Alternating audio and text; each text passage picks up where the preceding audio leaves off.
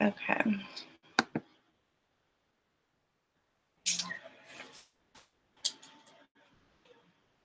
Okay.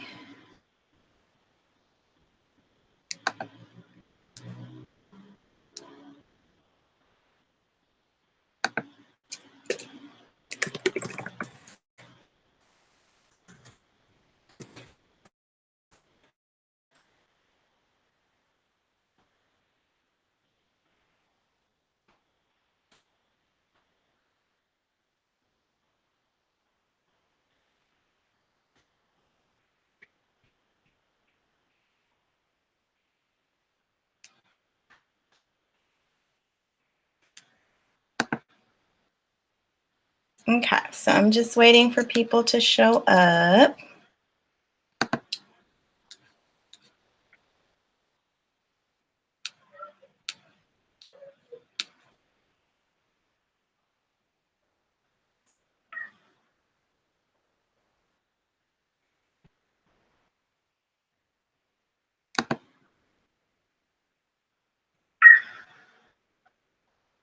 Okay, 5 watching now. Hi. Hey, Z, how are you?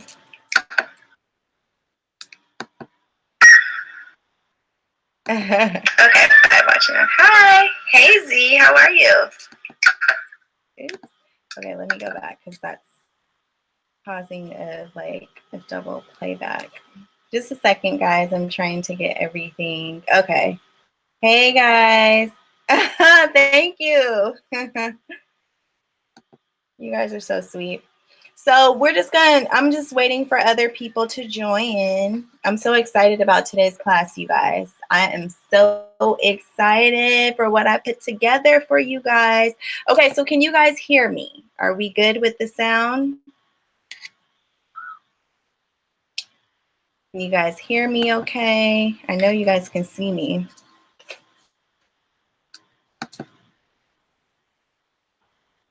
Hey, what's up, Jazz? Hi, Andrea. Hey, what's up? What's good? How you guys doing this Sunday? Okay, you can hear me good? Okay. Okay, so tell me this. Can you guys see what this says or is it backwards? Because at the way that I'm looking at it, it's showing that it's backwards and I don't know why it's doing that. Are you guys reading the words the right way or is it reverse?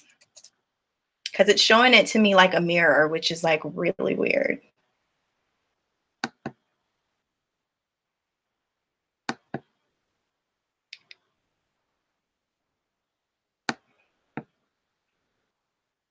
It's not backwards? Okay, cool. That's all I needed to know. All right, guys. So first, I'm still giving people time to get up in here, but this is pre-recorded. So anybody can go back at any time and rewatch it. I also have it linked to my website. It's going to be under the Cycles of the Divine Feminine tab, but it's going to be under the Products and Services tab if you guys want to go back and watch it at a later time on my website, or you can come back and watch it later here, okay? So I'm just going to keep toggling back and forth between the chat because it's not showing in my screen. So that's all I'm doing there. And then I have a bunch of notes, guys. So I am going to be looking down a little bit and just getting my notes together because it's a lot of information that I have to share. So first off, I just want to let you guys kind of know why I'm doing this video and why I think it's important to do this video.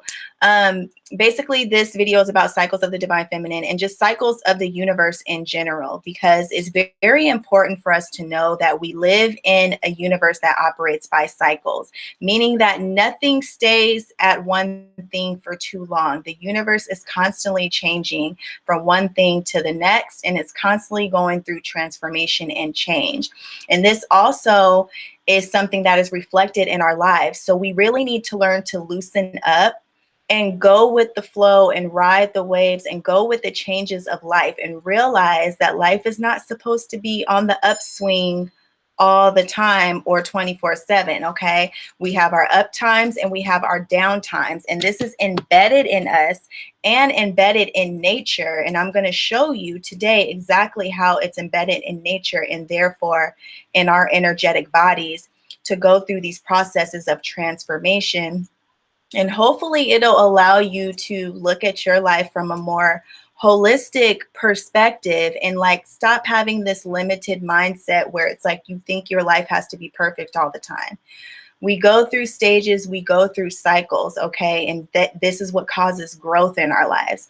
And we can never grow, okay, unless we are able to go through these changes. So, one of the ways that the universe expresses to us change is actually through the moon cycles. So I sent you guys something that looks similar to this.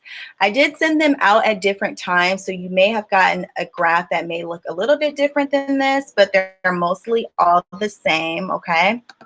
And so this shows us the process of renewal, transformation, and transmutation, okay? The symbol of the moon, okay? The moon is a changeable energy that goes through different phases, and these phases happen in our life month after month after month. The moon cycle actually is the physical manifestation in nature of transformation, transforming one the next. Women, okay, as a species, go through this process within our bodies every month, just like the moon does, okay? And this is a very spiritual system that helps us to grow and also helps us to rid ourselves of things that we no longer need in our lives and get rid of toxins and things that no longer serve us to make space, okay?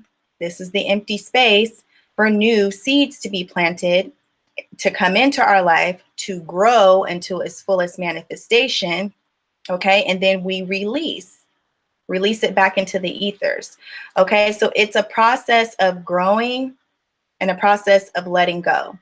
We go through this continuously, growing to fulfillment, letting go of the old to make way for the new. So what I'm trying to express to you guys is that we cannot always stay in this state of fullness, even though they tried to teach you that this is where you're trying to get in life. This is where you're going to stay for the rest of your life, a state of happiness. Like happiness is just some object, or like it's something outside of you that you're supposed to achieve and you're supposed to just stay at your fullness. No, you go through cycles, okay? You have your moments where you are here, and then you have your moments when you need to let go, okay? And things need to die in your life. So this represents the death process, and this is the birthing process, okay? And this is represented by pregnancy, which I will be explaining as well, okay? So in this chart, we have the new moon. And when you see the new moon, look at it. Does it not look like an empty womb? Okay, so this is the empty womb space where you implant your intentions and your desires into what I like to call the ethers. The ethers is the invisible realm, the dark, silent space within where everything is manifest, just like a woman's womb. Okay, when the seed or the sperm goes into the womb, it takes root, and then it starts to grow. Now this, I always look at the moon. The moon is actually a belly, you guys. That's literally what it is. It is a growing belly. I took a trip one time. I went to California. The moon was out in the daytime, and we were like flying, so seemed like it was so close to the moon. And when I was looking at it up close, it literally looked like a pregnant woman's belly coming out of another dimension or something like that. Like it was round, and that's when I had this huge realization that it's actually a pregnant belly. But that makes so much sense since Cancer rules pregnancy and conception, and the moon represents birth, okay, and getting pregnant and then giving birth. That's exactly what this process is representing, okay? So anyways, boom, the seed is planted. So this would be a woman at about 3 months pregnant, 2 to 3 months pregnant, okay? So this is a small bump right here, just a small little curve. Then you move on here. Her belly is growing. This would be like a 5-month pregnant belly, 5 or 6 months. Okay, the womb is growing bigger. Then you get here. This is like about 7 months pregnant, 7, 8 months pregnant, almost to a full 9 months. And then this would be considered like 9 months. Okay, ready to give birth, full of what? Full of a baby, full of new life, full of human life in the physical terms. But if you're not having a child, you could just be full of life yourself, full of spiritual energy you're birth to in the physical dimension. And ladies, I also want to let you know that giving birth is not just a physical thing. Okay, you can give birth to anything. You can give birth to a new business. You can give birth to a new career. You can give birth to a new relationship. Anything that you want to grow in that womb space of that emptiness, and anything is possible here. Okay, so whatever you implant here, you give it time to grow and it will be birthed into the physical dimension. So the power to give birth goes beyond the physical dimension. It's like a superpower that you have that you honestly need to be taking more advantage of. All right. Let me just check the chat really quick. Oh, okay, Z. Okay, so let me go back here. Okay, so yeah, that's what this is, right? So you give birth, you got the full belly, right? You give birth, and then of course, what happens after you give birth? Your stomach goes down, okay? So you get the integration of energy. So your belly gets smaller and smaller and smaller until your belly is pretty much gone, and then you're back to the empty womb and you're ready to create again. Okay, so this could be taken as literal or it could be taken as symbolic. Okay, take it however you want to take it. Okay, so then now let's go through each moon phase just so we can get even more specific. Okay, so let's start with the new moon. Now, I love the new moon because the new moon is like a clean slate. Okay, you can start from anything here. The potential, this is infinite potential right here. Okay, so this is the start of a new energy and also the start of a new cycle. Every month there is a new moon. Okay, at that time of the month, dealing with the cosmos is a great time to set your intentions for what it is that you want to create or manifest. Now, you're not going to see the fullness of this manifestation until 6 months later.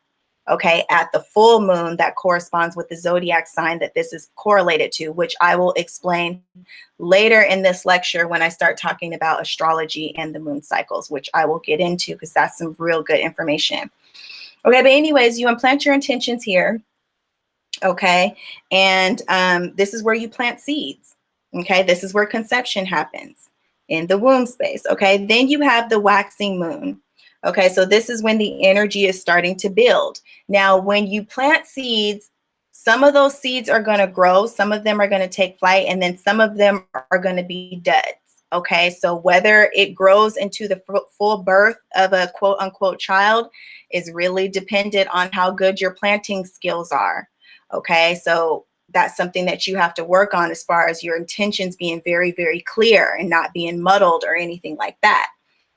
So then your energy is building, okay? A pregnancy has occurred, okay? So this is the waxing crescent, okay? So just a little bit of energy is sprouting out here. Not much energy, but you're excited. You got a new project in the works. You know, you planted your seeds. You're starting to see. You're not really starting to see anything actually at this phase. It's just like, it's still like hope that you're having within yourself. You're hoping that it plants. You're hoping that it takes flight. You're hoping that it starts to grow. And, you know, you're just feeling good. This is a feeling of goodness, right? So then you get to the first quarter, okay? And what's really interesting about the first quarter is look at how it's black and it's white, okay? Symbolizing yin and yang, okay? You are in the middle of both energies. And this is actually a very bipolar energy as well. You know how when they say women are bipolar or they call people bipolar? Bipolar is a real thing, okay? It's like, it's not like a joke, hee hee, ha ha, funny. Like, no, feminine energy is bipolar, okay? Meaning that it has a light side and it has a dark side, okay? It can operate in both dimensions. So this is like half of yourself being in the spiritual dimension and then halfway in the physical dimension. Okay, does that make sense? So still kind of in the spiritual, but it's starting to come into form here. Okay, so it's half and half. This is the light face. This is the dark face. This can also have to deal with kind of like how much of yourself that you want to show at this particular time, because they always talk about the moon only shows you certain faces, and it's a very hidden energy, a very secretive energy. So it always likes to keep kind of a part of itself hidden, which I think is really cool. But yeah, you got your halfway manifestation. Now we're starting to see things come into form now.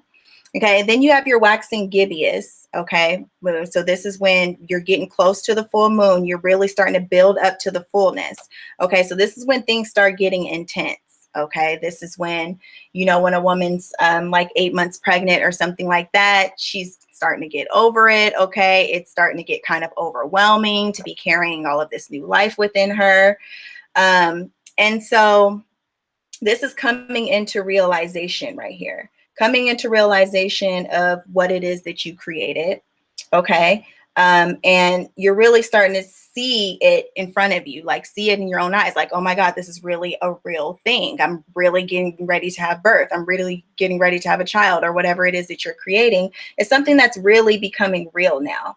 Okay. And then you have the full moon, which of course is the full realization of your ideals, or whatever it is that you wanted to create. Okay, so this is the ta-da moment, the aha moment.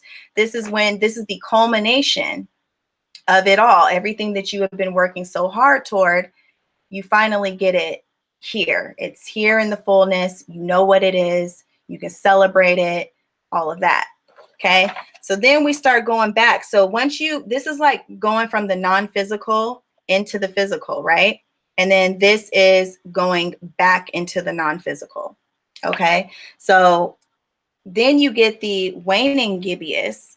Okay, and this is like after you just gave birth. Okay, so this is going to be a time of release. Okay, so you are starting to release. So whatever it is that came into manifestation at the full moon, you are kind of like examining it, seeing if you're satisfied with what it is that came into form. And if you're not fully satisfied with it, then that's when you are going to kind of start to release the things that you don't want, or acknowledge the things that didn't turn out the way that you quite wanted them to turn out. So you're kind of re-strategizing your plans. You're seeing what kind of went wrong, or what isn't exactly what you wanted. And then that's when you start to release. Okay. So then as the energy starts to go down, you have your last quarter. Now this one is half and half as well. Okay. But this is very, very important. So with this one, you know how you have the energy in the spiritual dimension and then halfway in the physical dimension. But as you see with this one, all your energy is going back into the spiritual dimension. And you really don't have any energy for the physical dimension here. It's your focus or your illumination is in the spiritual dimension. Okay, so that is the type of energy of going back within. Okay, because you're coming out here and then you're going back within here. It's an outward and inward motion. Remember how I told you guys that the moon controls the tides, and it is a pushing out and a coming back in. Okay, that coming back in like cycle is very, very important, because this is where you're getting your spiritual sustenance from. You get your spiritual sustenance from the spiritual dimension. Okay, so this is the inner illumination of what is going on within. Okay, and then you have the waning crescent. Okay, and this is when you are coming back down to 0 point. Okay, and then eventually you will be going back into the womb space. Okay, so this is the releasing of old energy. Okay, so the building up and then the releasing, building up, releasing. This is the energy that happens every single month. Okay, so you will notice around the full moon, the energy gets very, very intense in the atmosphere. Okay, because it's in culmination or realization of things. And then the energy will start to calm down. Okay, and then go back down to the waning crescent and then back to the new moon. We make, our adjustments for what it is that we want to create, and then we send energy out again. Energy is coming out, coming out, coming out, coming into full manifestation. Then we release and go back within. Okay, go back in within, come out, just like that. Okay, it's a back and forward motion. Okay, and this really signifies the process of transformation, also dealing with spiritual energy as well. Okay, so does anybody have any questions about this, just about the phases of the moon only?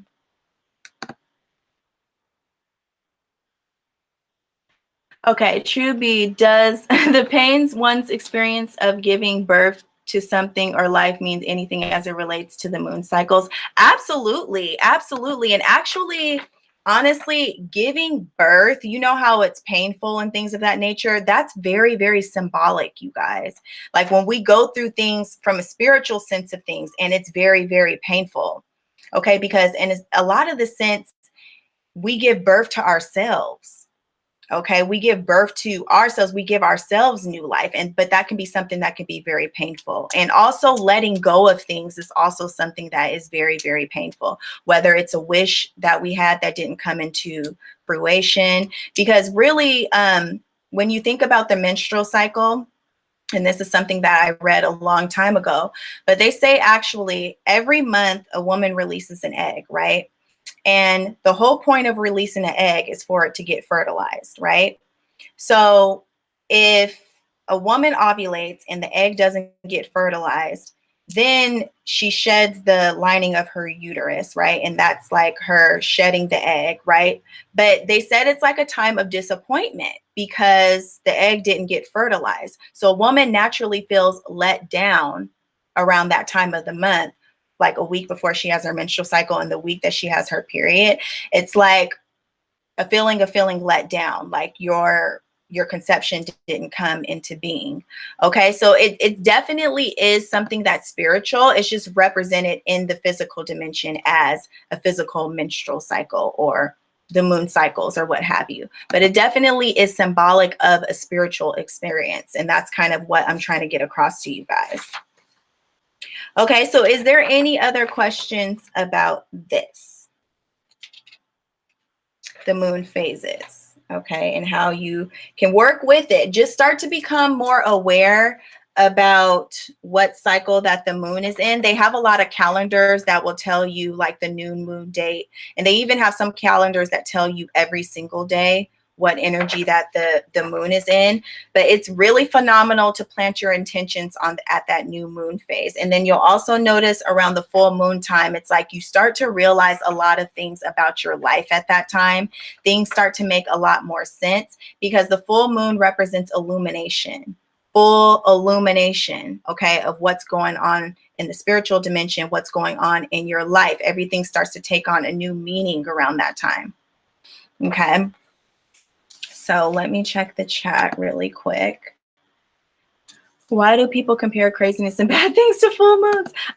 Basically because at this time, this is the illumination of the unconscious mind.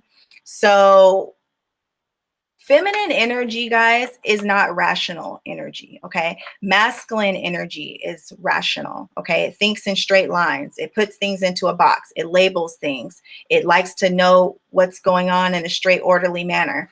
Feminine energy is not like this.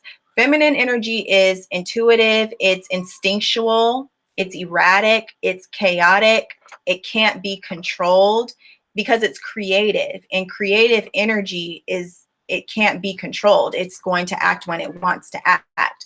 So yes, they do sometimes label feminine energy as crazy energy, or like I said, they'll call women bipolar because women swing between two different poles every month. And that's what I'm going to explain when I start to talk about the menstrual cycle next. And this is why it's very important for women and men to know, like for the men, you need to know what cycle your woman is in every week because she's going to act different towards you depending upon what week she's under.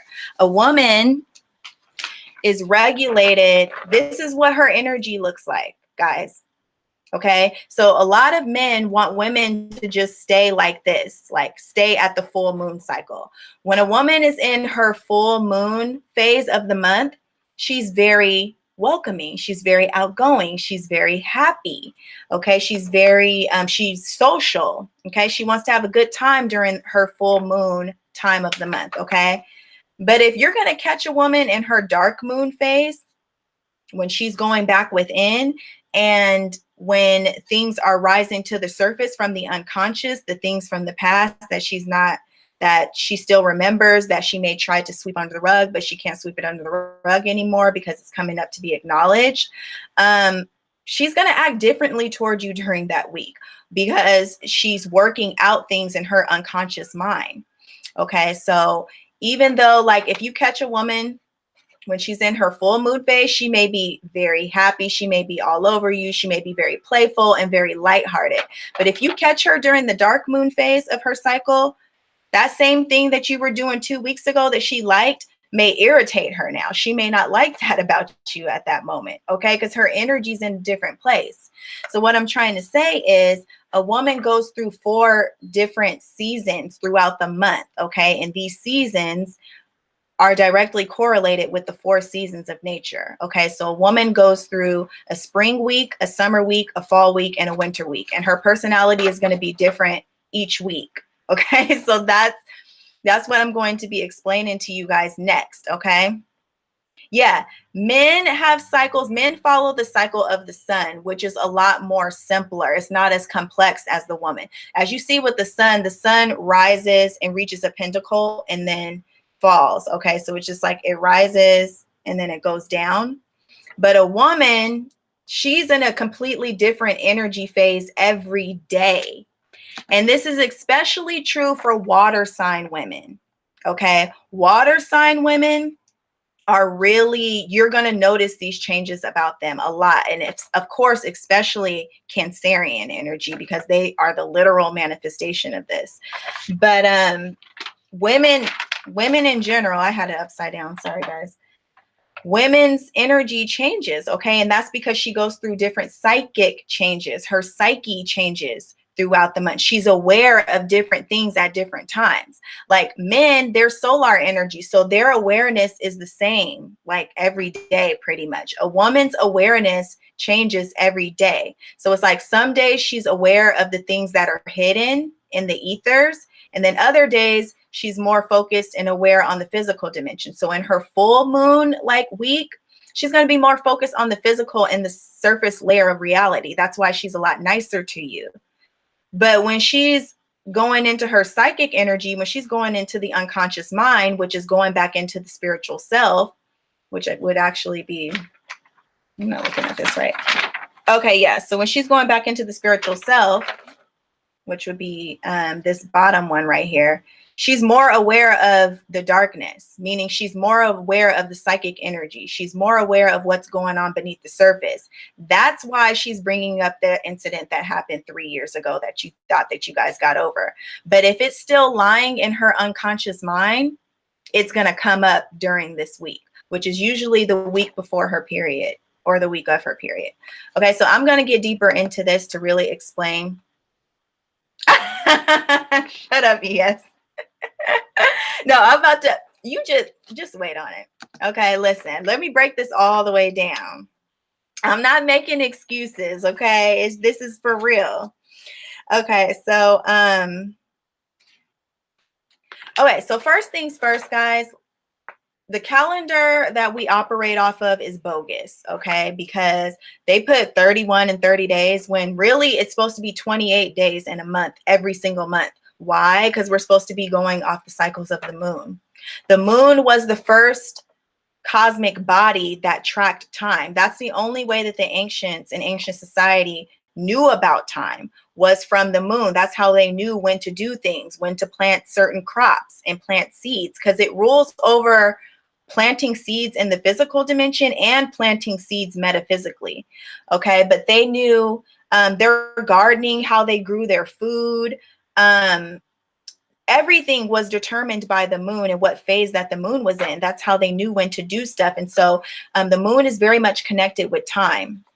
Also, they were going off the women's menstrual cycles. That's how they knew that a woman's menstrual cycle correlated with the moon cycle. Okay, and once they figured that out, they started counting the days, and then they realized that it was 28 days each time, and this was something that repeated every single month. So really, it's just supposed to be 7 days, 7 days, 7 days, 7 days. That's it. It's supposed to be 4 weeks in a month, okay? 28 days. And there's supposed to be 13 months, okay, in the year. So this is another reason why we're thrown off as a society, because we're not operating in the correct moon cycles, okay, with the calendar. So yes, right before my cycle. Should I listen? Yes, it's coming up for a reason. It's a blessing. Let me tell you guys something. Your menstrual cycle is the biggest blessing. You guys don't understand what it's trying to tell you. Okay, so let me break this down for you. Okay, this is very, very important. So let's start with what I like to call the winter week. Okay, so a woman's energy cycle directly correlates with the 4 seasons energetically. Okay, so what do we know about the 4 seasons? The 4 seasons have very distinct energy patterns about them. Okay, springtime is when the flowers are starting to grow. Okay, the sun's energy is starting to come back, to feel a lot more optimistic. Okay, things are starting to seem possible again. The possibilities are starting to seem endless, okay, around springtime. Summertime is what? Summertime is the fullness of life, okay? That's when we are enjoying things to the fullest capacity. We're happy, we're outgoing, we're social, everybody's outside all the time. We want to socialize, we want to play, and we just want to live it up, right? This is when we're feeling the most energetic, okay? Fall time comes around, fall, the leaves start to fall off the trees, okay? And slowly but surely, we start feeling the urge to start coming back inside and going back within, because it's starting to get cold outside. So we can't play outside the way we used to. We can't do the same things we used to do in summer. So it's time for us to start preparing for winter. Okay. And then when winter comes around, what is winter? Winter is cold. Okay. Cold is also symbolic metaphysically. When somebody's cold towards you, what is that? There's no warmth, right? It's farthest away from the sun. Okay. And Saturn rules over the darkest part of winter. This is why Saturn is said to be the enemy of the sun. Okay. Which is in Leo. Okay, and Saturn traditionally ruled over Aquarius, which is opposite Leo. Okay, but so it's winter time, right? And we're trying to keep warm and we're trying to conserve, right? Because we don't want to go outside if we don't have to. It's freezing cold outside. So winter time can even have to deal with lack of love, okay, and even lack of contact with people, because you're not going to go visit somebody and it's snowing outside. Okay, I'll see you when the weather gets better.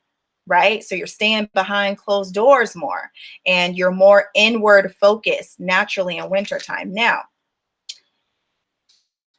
the winter season, okay, directly correlates the 7-day winter cycle in a woman's menstrual cycle. Okay, so basically the winter season okay, every month, okay, a woman goes through 4 different energetic cycles, okay, which are the 4 seasons, right? So the winter season would be the actual week that you have your period. Okay, so that is the week that you are shedding old energy, and it's kind of like a death process. So what you're supposed to be doing is going deep within yourself, okay, and taking as much time to be alone as possible and healing yourself. Okay, so it's a really deep time of reflection. Usually around this time, you're seeing and really noticing what went wrong in your life and what you don't like about your life. Okay, so a woman naturally becomes very, like, quote unquote negative around that time. Why? Because she's in dark energy. Okay, she's in dark energy at that time. So this is a time where you are letting go of the things that no longer serve you. And it's also, ladies, when you become more aware of the things that you don't like about your life. It's not necessarily that you're tripping, because these things are always there. They're just lying in the unconscious at other times of the month. So you're not as aware about them. It's just during your menstrual cycle, you're becoming more aware of it. You're becoming more aware of what's hidden in the dark that you normally don't pay attention to in other weeks of the month. Okay. And your menstrual cycle does this because it is literally a psychic spiritual process to try to show you this is what you're not comfortable with in your life. This is what you want to change about your life. So if you're feeling uncomfortable about certain things, that's how you know that you're supposed to change it. It's like it's nature's way of having a therapy session with you. Basically, that's why I say that it's a blessing, because don't get so turned off about the fact that you feel negative. Understand why you feel negative. Why do you feel negative? Because you don't like this certain part of your life. Okay, so now you need to take the steps to change it. This is where the spring week comes in. Okay, so this is the next week. This will be week 2, the second week. Okay, so in this phase, this is when your energy starts to come back. Okay, and in your spring week, this is the perfect time for you to plant seeds, because in the winter week, which was before that, you really experienced what it was that you didn't like about what was happening. So the spring week is the week for you to start to take the steps to change it. Okay, so then you start initiating new things. You start taking action on different stuff. This is the perfect time for you to start new things, okay, during your spring week. And you'll also start to feel a little bit more optimistic because your awareness is coming back. Because whenever you see the illumination of the moon, that symbolizes awareness. Okay, your awareness, which is your conscious energy, is starting to come back. Because when you're in your dark phase, you're in the unconscious mind, meaning that you're in those lower base emotions. This is why you feel so negative during that time, because you're in the lower regions of your consciousness. You're not in the top regions of your consciousness. This is why men don't really understand us a lot of the times, because they're like, what the hell? Because they stay in the top regions of consciousness. They don't have that descent. Okay, and this is told in the Persephone myth. If you guys know anything about goddess mythology, which I'm going to be teaching a class on goddess mythology and goddess archetypes soon. But in the Persephone myth, she gets taken to the underworld. She gets snatched to the underworld by Hades. World, she eats a pomegranate seed. Okay, and then since she ate the pomegranate seed, now she has to come back and revisit the underworld every year or something like that. She has to come back to the underworld and visit Hades. Okay, and this was a myth that was explaining the menstruation process. Okay, so when you're having your menstrual period, you are in the underworld. What is being in the underworld? Being in the unconscious mind. This is where all the things hide within yourself that you don't like about yourself, that you don't like about your life, that you try to keep hidden from yourself and from other people. Okay, but the way that nature reveals it to you so that you can't deny it anymore. Okay, it's something that you need to face. But if you continue to ignore it month after month, it's just gonna continue to get worse. And then that's when an eclipse is going to have to come along and eclipse it out of your life, which I will talk about later. Okay, so with your spring week, okay, let me read the comments. What happened if you no longer have a menstrual cycle? What do you mean, like at menopause, or you just stopped having it? Okay, something that needs acknowledging. Yes, how do you determine the four energy within your personal cycles? So you need to start tracking your menstrual cycles, ladies. Okay, because each period should be 7 days. Okay, even if your menstrual cycle isn't 7 days, like mine's is 3 days. Okay, but that whole week is still going to be your winter week. Okay, so that whole 7 days is going to be your winter week, no matter how long your menstrual cycle is within that time period. That 7 days is your time to release and go within and not be bothered. And also, I wanted to mention zodiac signs in relation to this as well. So the winter week can be associated with Capricorn and Aquarius. And the reason why this is because what is Capricorn? Putting up boundaries. Because in your winter week, you're supposed to be putting up boundaries with people around you. Like I said in my moon cycle videos, back in the day, the men and the elders used to take the children. And so the women didn't have to watch their kids during that week, because that was how important it was for her to heal herself and for her to rejuvenate her energy. Okay, because this is a natural cycle of rejuvenation. This is why, if you know a lot of cancers, you know they have to regenerate themselves very often, because their energy gets depleted very easily. So Capricorn is about setting boundaries, saying no, knowing your limitations, right? And what is Aquarius about? Aquarius is about breaking patterns, breaking out of energetic patterns and structures that have been holding you back. That is what your winter season, your winter week is about, okay? And then when you come into your spring week, when you're starting to get your awareness back, when you realizing what it is that you want to create and you want to start putting your energy toward that, that's the energy of Aries and Taurus, okay? What is Aries about? Starting new energy, taking initiative, taking the lead, okay? You're finally starting to get your confidence back. You're not down in the dumps anymore. Okay, and then Taurus is about what? Planting seeds for growth that we want to see grow in our life at a later time. Okay, so I love the spring week because then I can get back to work and I slowly ease myself back into work. I just don't jump right into it full force because you don't have to, ladies.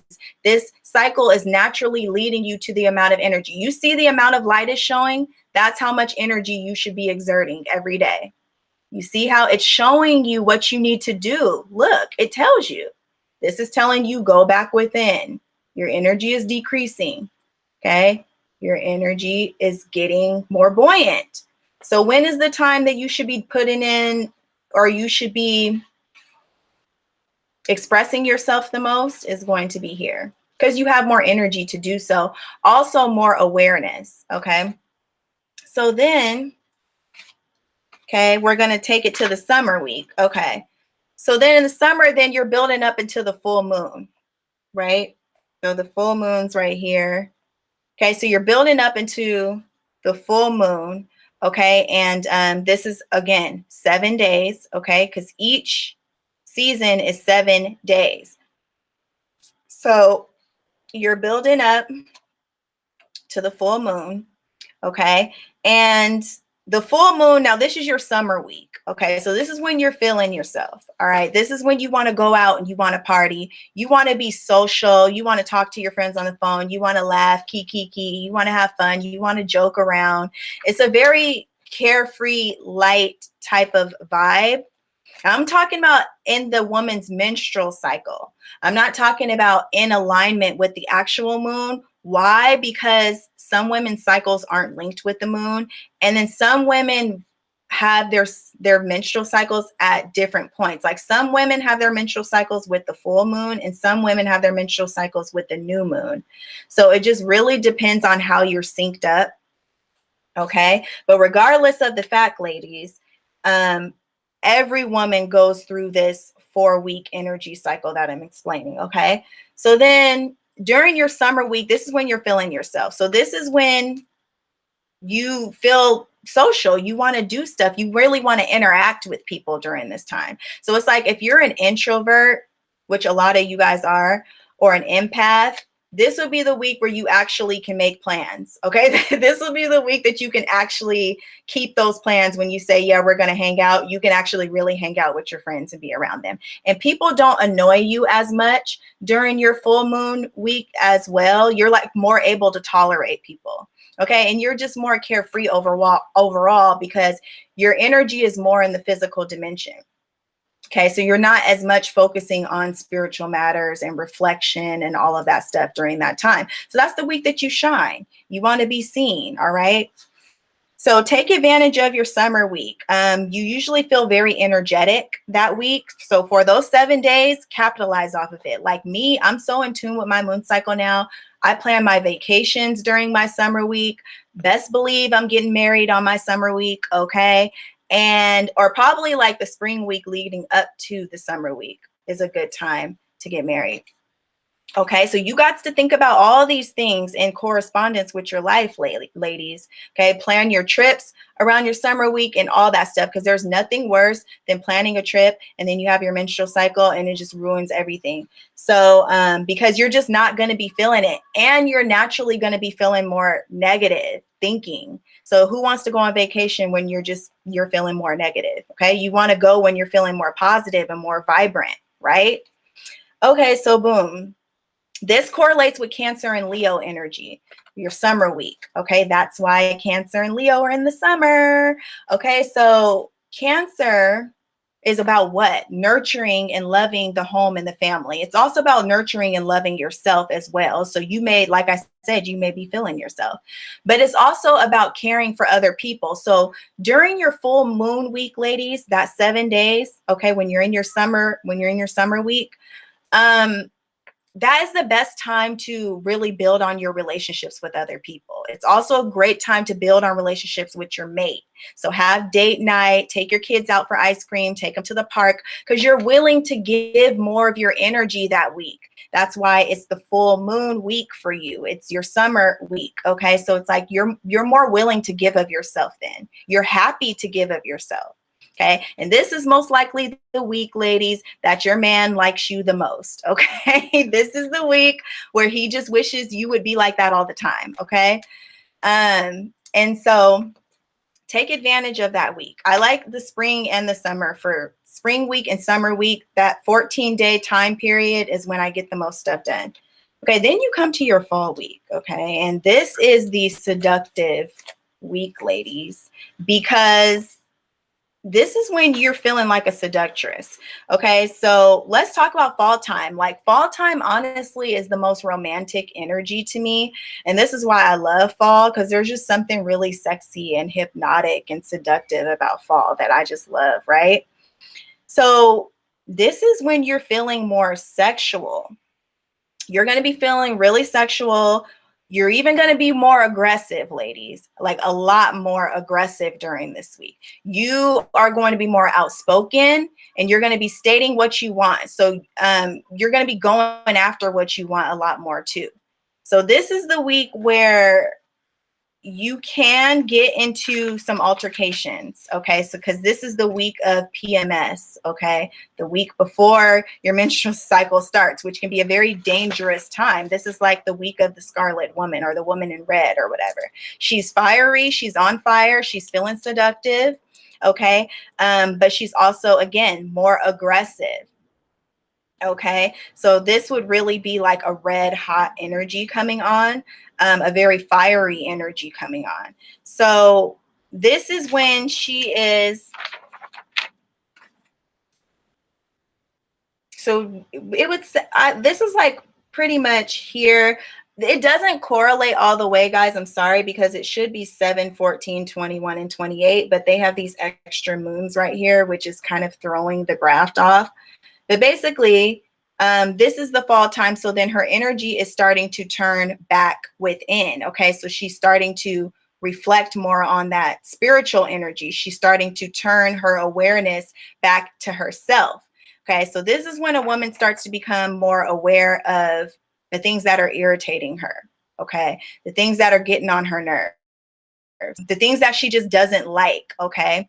And things that she wants to bring justice to. So this may be the week where she starts to speak up about things that she didn't say anything about earlier in the month. This could be the week where she's also starting to bring up old stuff.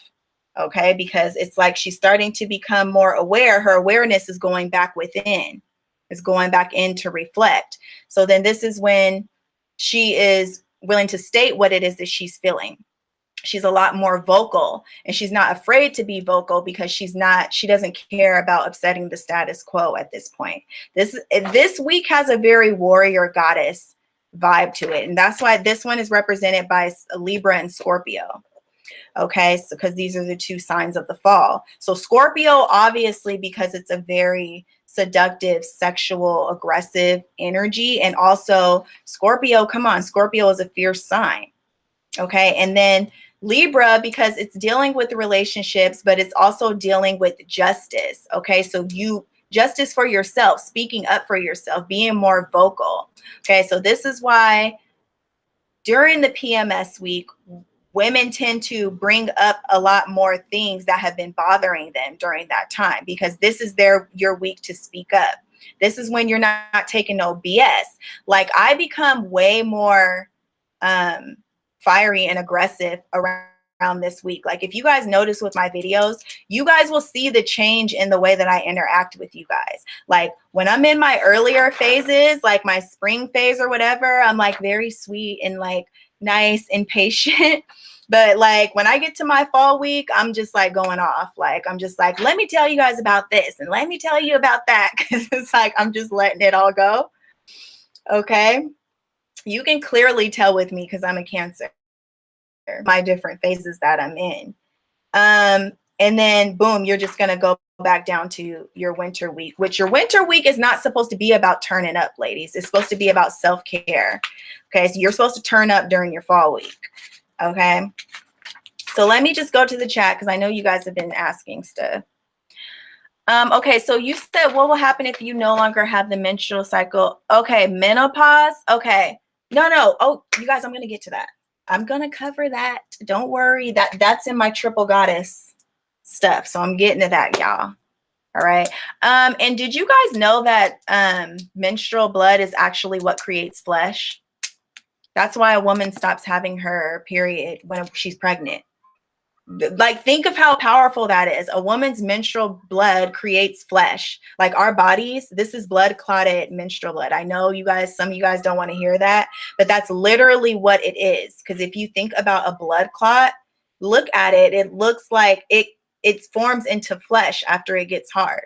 So that's why a woman's, when she's pregnant, she doesn't have a period. Where do you think that goes? Where do you think that's going to? Why does she have to stop having one? Because that's literally what's creating the baby. That's what the body is made out of, that because it's intelligent. Okay, so when a woman goes through menopause, she's keeping all of her menstrual blood, which is what makes her wise. That's the crone phase, which is the wise woman. Okay, so she's keeping all of that intelligence within herself. This is why they know so much. Okay, so anyways, I'll get to that later too, guys. Okay, but do you guys have any questions about this? And also, I want to let you guys know that I'm creating a 13-month moon calendar for you ladies to make it so easy for you guys. I'm going to have a space for you to mark out when the start of your 7 days starts and everything, so you can be in correlation with the moon. And this is also going to make your life flow a lot more smoothly, ladies. Yeah, fall is Scorp life. Yes, what is that? Okay, I'm going to stop talking about menstruation now since we do have guys in the room. But yeah, guys, fall in line and take action and do things during the appropriate time, ladies. If you're over here trying to do certain things during your fall and winter week, it's just not going to work. You're not going to be in the right headspace. You got to be in the right headspace, ladies. That's why you got to know your energy cycles. It's very, very important. And for the fellas too, you got to know what cycle your woman is in and why she's bringing up stuff from the past and why she can't get over certain things. And just to let you guys know, those things are going to sit in the unconscious mind until you handle them. If you keep sweeping over them, guess what? It's going to revisit you again next month. This is why it seems like in your relationships, you're going around and around in circles discussing the same thing. Yeah, you're just going to discuss it until it gets resolved. That's why it keeps coming up, ladies. If you keep on getting the same issues coming up around your winter week every single month, it's because you're not resolving it. Once you resolve it, it's not going to come up anymore.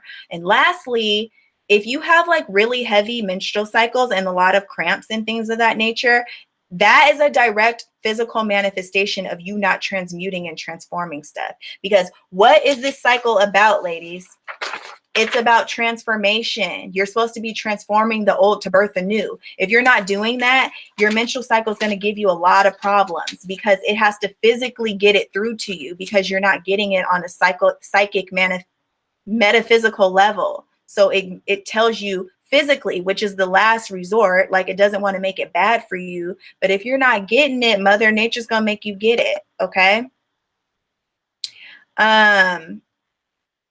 Yeah, break them loops. Get out of those karmic loops, you guys, because that's why this is something that's just going to continue to go around and around. That's why we need eclipse season. Okay, guys, so I'm running slow. Okay, so let me move on. Now let's talk about the 4 seasons in people's life. Okay, now this is very, very important, you guys. Okay, we have 4 seasons that we go through in our lives, you guys, and people are very, very stuck on the summer season and they just want to be stuck in summer and they don't want to have to deal with the other 3 seasons. Okay. It's very important that you recognize what season that you're in your life, because you go through different seasons. And I'm sure you guys have heard this.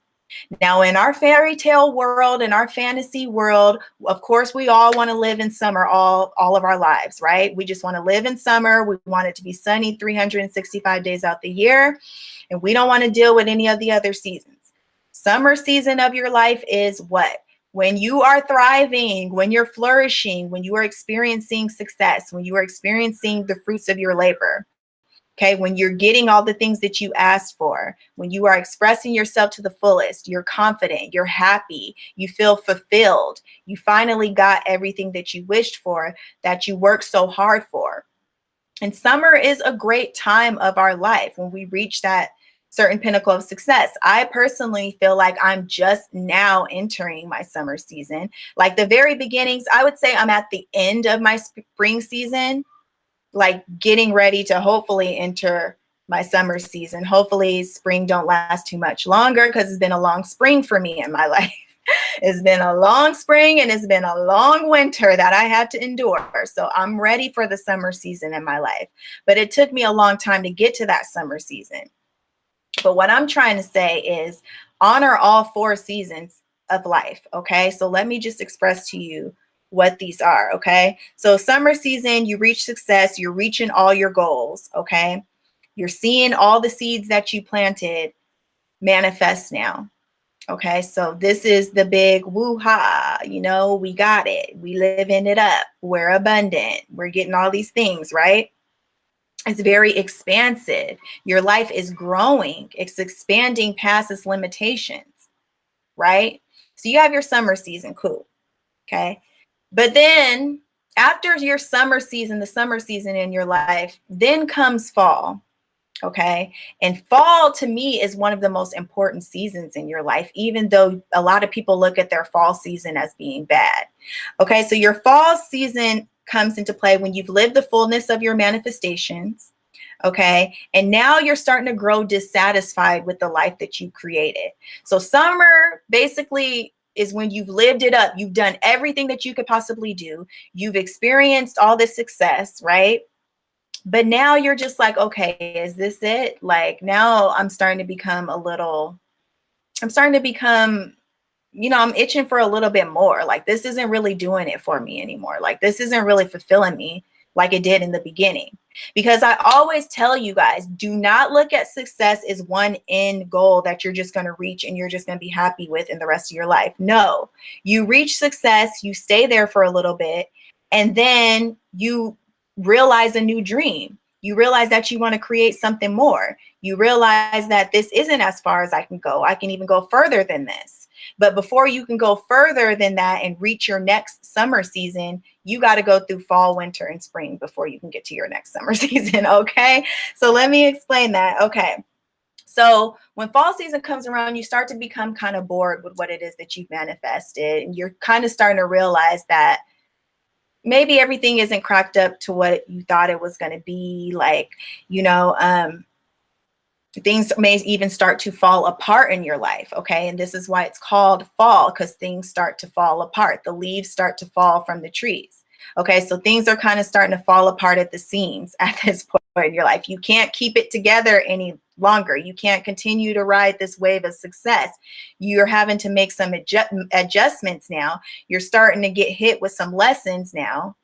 Okay. And you can't continue on in your life in the same way that you've been continuing on. Your expansion time is up. Okay. It's time to go back to the drawing board and kind of figure out what's going on in your life. Okay. So basically what this means is that you have outgrown that area of your life, which is good. Nobody is supposed to stay stagnant. We're supposed to be continuously growing.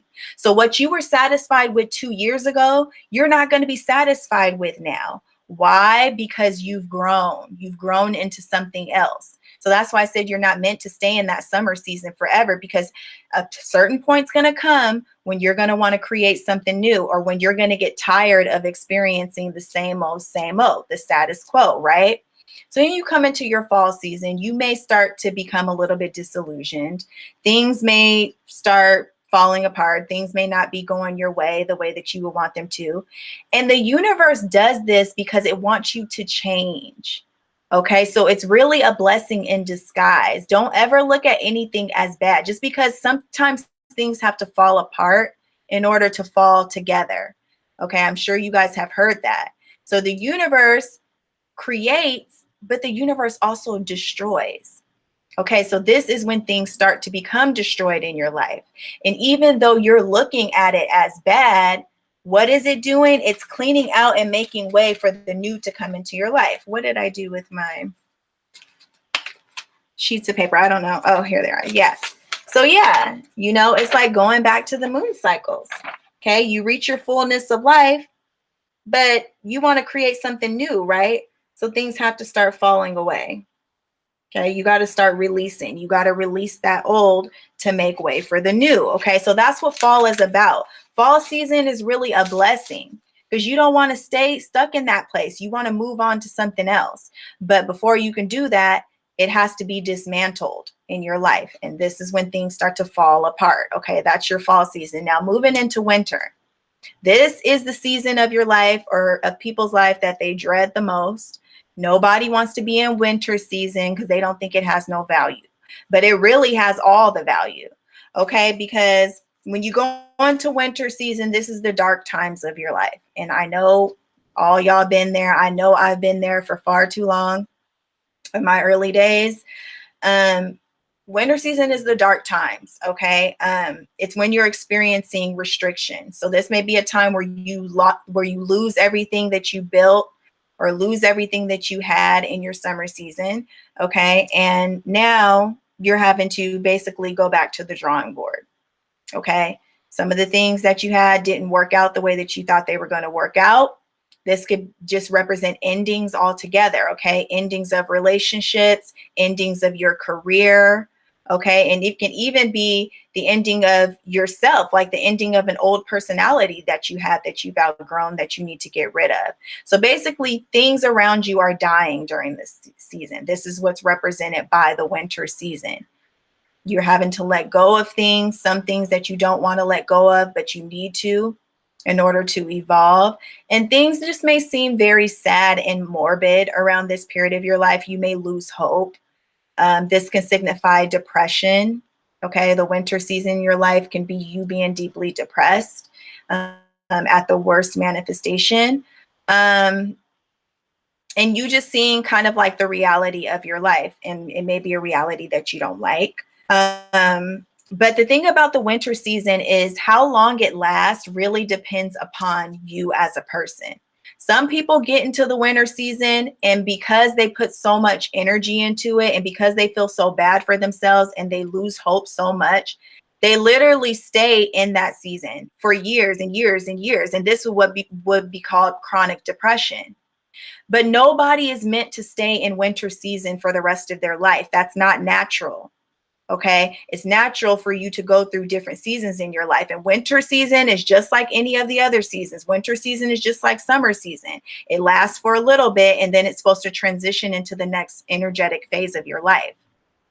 Nobody, and this is what I really want to tell you guys, if somebody out there is depressed, it does not last forever. The only way that winter season is going to last forever in your life is if you keep yourself there.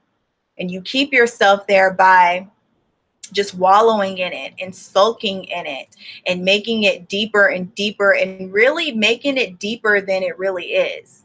Because again, it's not your permanent life situation. It's a phase that you're going through. And even your winter phase has a supreme purpose for it. Life.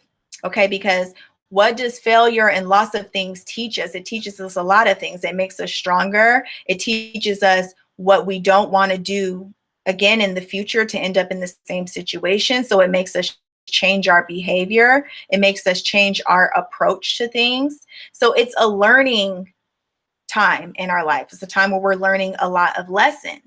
Okay, and this would happen back in the day when they would plant seeds and things like that. And in the fall time is when you're supposed to have like certain harvests and stuff like that. And if you didn't plant your seeds correctly and they didn't come into harvest the correct way, then you would have to go the entire winter without having that many crops or without having that much food. Okay, so it's preparing yourself ahead of time. And I also tell people this about the balance of the universe. So you even need to prepare yourself for these seasons ahead of time as well. Because it's like, just because you're in the summer season and things are going great, remember that the pendulum always swings back to the other side.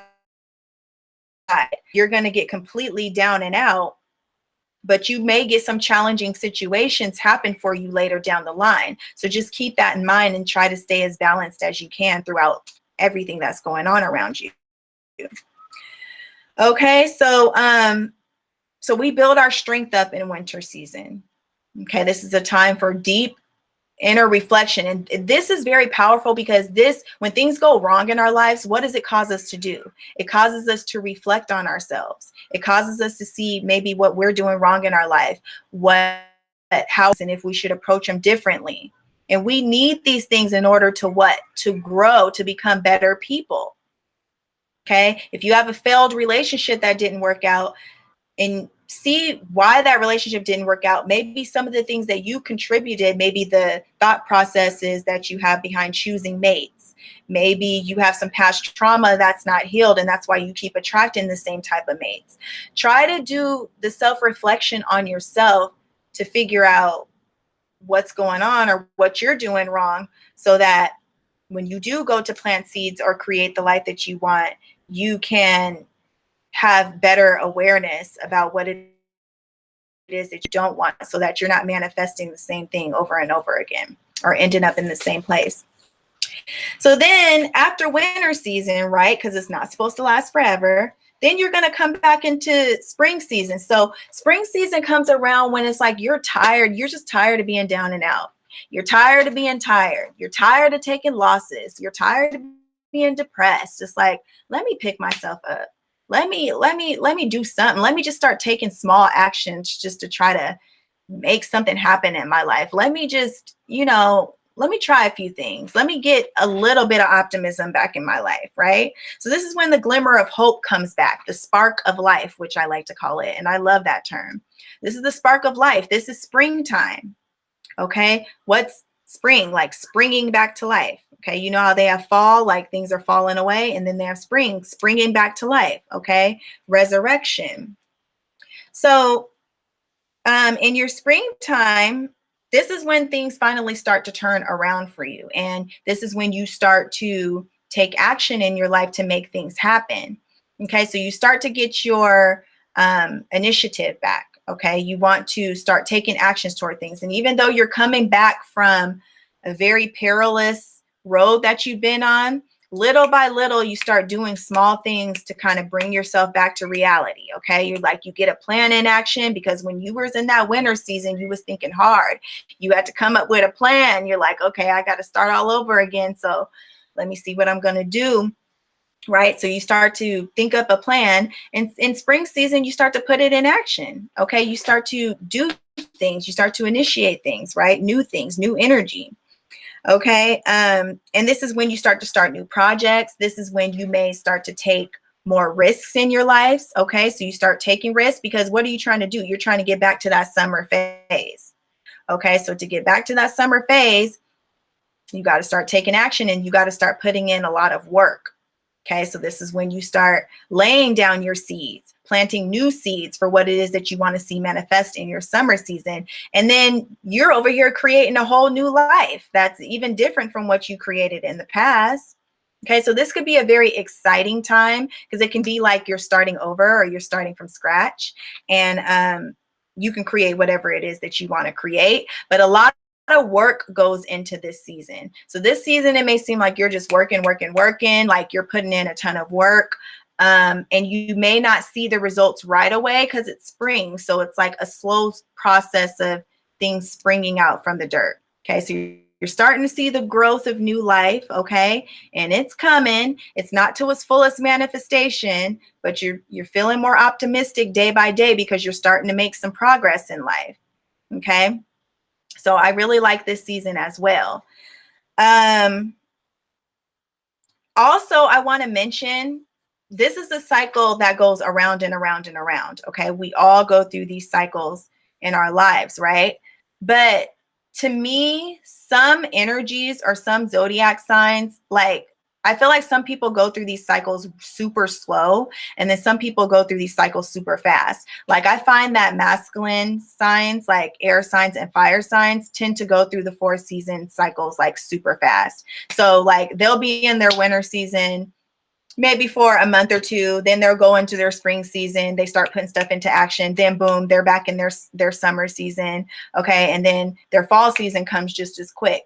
So I feel like fire signs especially, they experience this round a lot quicker than say water or earth signs, because water and earth signs are a lot slower in energy, and they can stay down in energy for a lot longer. Okay. Especially water signs. Like water signs can wallow in the winter season for far too long because water signs tend to sulk.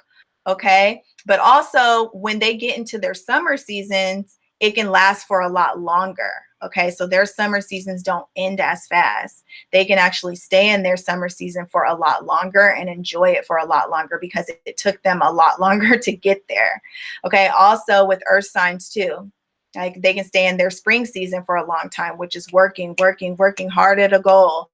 And then finally, they achieve what it is that they want and they get their summer season. So to me, water and earth signs go around a lot slower, but their seasons are a lot longer lasting on the winter and the summer side of it. Okay. A lot longer because they really take the time to really experience all of it, but they're also very reflective. So they reflect a lot about what's going on during these seasons, where as fire and earth signs, they're a lot quicker. So they go through the lessons very fast. They're like, okay, I've had enough of this, moving on. And so that's just something that I've noticed dealing with the zodiac signs. Okay. So what season are you guys in right now? Let me know. What season are you guys in your life? I told you guys I think I'm like at the, like if I was to give it a month, like I'm like, I would say I'm like in the beginning of June of my spring season. You know what I'm saying? I'm like in the beginning of June. All right. A couple weeks away from being in my summer season. Not literal couple weeks, but like it'll probably translate into like a couple months, like 6 months probably away from summer season. So I'm excited. I worked damn hard because you know how long I spent in my winter season? Years, honey, years. How long does this season cycle last? That's what is subjective to you. That's what I'm saying. It's subjective to you and your energy. It depends on how fast you move. That's why I said water signs and earth signs tend to move through these seasons a lot slower because we're just more cautious. Okay. And like, it's like when we're down, like we're really down. But, you know, like when we're up, it tends to last longer. Like I feel like fire signs are masculine signs. I feel like they don't really take the time to savor their experience as much. They just want to like move on to the next energy. So you guys say spring. Well, hey, spring is a good season because that means you're headed towards summer, right? And you're getting ready to get that fullness of manifestation. Okay, you're in the end of spring season. Okay, you're right there with me. So this may be a collective thing. Maybe we're all in spring season getting ready to hit summer because I know about 5-6 years ago, it was winter season for me.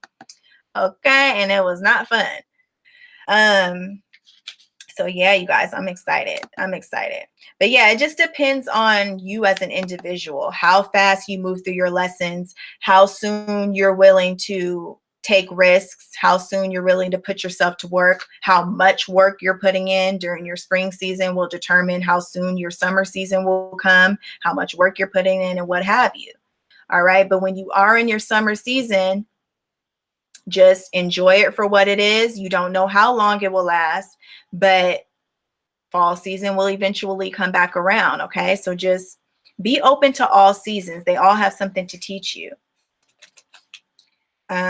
But that's why people just say, like, know what season you're in your life, because you may be over here looking at somebody else's life and you may be jealous of them, but they may be in the summer season of their life and you're in your fall season.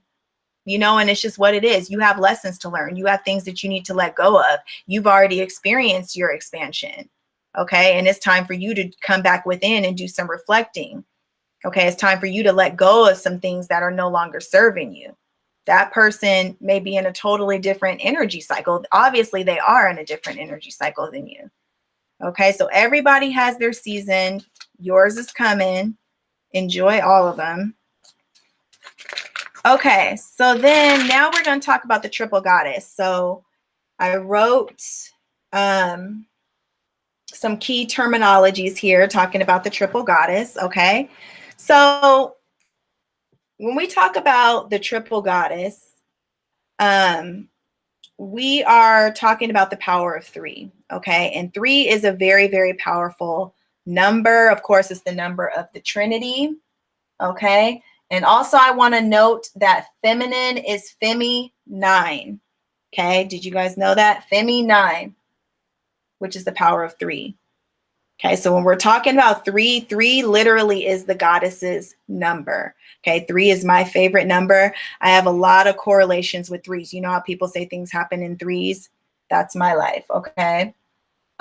So let's talk about the triple goddess, because this is a very important archetype to our world. A lot of you guys may not know about the triple goddess, but the triple goddess actually was the original Trinity. Okay. She was the original Trinity, which is maiden, matron, crone, or virgin, mother, and crone. Okay. She was the creator, sustainer, and destroyer. Okay, and this terminology is very, very important, you guys, to understand, because creator, sustainer, destroyer. Okay, so again, a lot of the times we just focus on the creator aspect. We just focus on the birth aspect of life. We just want to focus on new life. But the destroyer is just as much a part of life and important when it comes to creation as the creator. The creator just doesn't stand on its own. Okay, since patriarchy, they've tried to take the creator out, okay, and just have you focus on the creator, but they don't tell you anything about the destroyer. Okay, the destroyer is just as important as the creator, because how are you going to create something if it's not destroyed first? It has to be, things have to be destroyed in order to make space so that the creator can create, because the creator needs space to create. Okay, so the destroyer is just as much important. Letting go of the old, just like the moon cycles, letting go of what no longer just serves you. And this is something that a woman goes through in her energetic cycle as well. Creator, creating the new things in your life. Sustainer, taking care of your life, your husband, your kids, and whoever, sustaining life for people and those around you. And also the destroyer, destroying the false things within your life and within other people. Okay, so we have, a woman really has a triune nature, and that's something that I'm trying to get you guys to understand, because the issue that I have is that they try to make it seem like we are only supposed to be like a certain, they describe femininity as just being like this nurturing, mothering energy that just takes care of people and is a nurturer, and just like a very loving motherly vibe, which is true. You know what I mean? We definitely are that. But the divine feminine energy has the destroyer aspect to her. So she also destroys what's false within other people, and again, within herself, because she is the birth, life, and death process. Okay, that's what the moon is, the birth, life, and death process, and then rebirth. Okay, so all of these cycles take place within her, and she does all of these things within herself. This is why she's able to transform herself. This is why she's able to transmute herself. Okay, so she creates things, she brings them into life, and then once that thing that is no longer needed, she takes it back. Okay. And that's how she operates. Okay, so with the triple goddess, maiden, matron, and crone, is one of the definitions for it. It's also representing the waxing, the full, and the waning moon. So again, going back to that process with the moon growing full, okay, which is the waxing moon, and then the moon being full, okay, which is self-explanatory, and then the waning moon, when the moon is going down in energy. Okay, so those three processes are very, very important. Building up, fullness, going down, waning. Okay, understand what cycle that you're in when you're gaining energy and when you're losing energy. Then the colors are white, red, and black. Okay, so white stands for the maiden, red for the matron, black for the crone. Now, the crone is the most fearful aspect of the feminine. They don't like the crone. They've taken the crone completely out of society, okay? And this is the darker nature of the feminine. It's represented as the dark feminine, which is the destroyer aspect. And this is who a lot of people or patriarchy is afraid of, because the destroyer destroys what? She destroys everything that's false within others and within herself. Okay, so this is where you get gaslighting and all that stuff, where it's like people act like a woman isn't in tune with herself and knows what's not true and what's true. Like, yeah, she knows, and she's going to destroy that shit. So the destroyer aspect is very, very important to make way, of course, for new life. Okay, so her colors are white, red, and black. You guys see the white and black motifs a lot, right? And I showed you guys the picture of the moon when it's half black, half white. Okay, that symbolized two-facedness, like two sides to a personality, right? Light versus dark, because feminine nature is light and dark. Okay, it's not just one thing. It has light aspects and it has dark aspects to it. But dark does not mean evil or bad, okay? Really, dark is going back within the dark, okay? Your intuitive nature. Okay, so then let's go over this, because this can also represent three phases of a woman's life. Okay, so you have the virgin. And also, this doesn't just represent women's life. It can be life in general, okay? The three stages that we go through. So when you have the virgin aspect, what is a virgin? And you guys know what is so funny? People think that virgin is like a woman that hasn't had sex, but that's not what virgin represented in ancient time. A virgin was somebody with a pure mind, a pure state of mind, and somebody that was untouched by outside forces.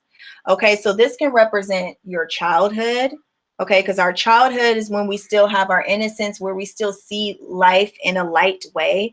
And it's when we are not tainted by society, okay? We're not tainted by the beliefs of society, or we're not brainwashed, basically, with all this junk and all this stuff that's not us, tainted with these things that are impure, because there's a lot of impurities in society and things of that nature.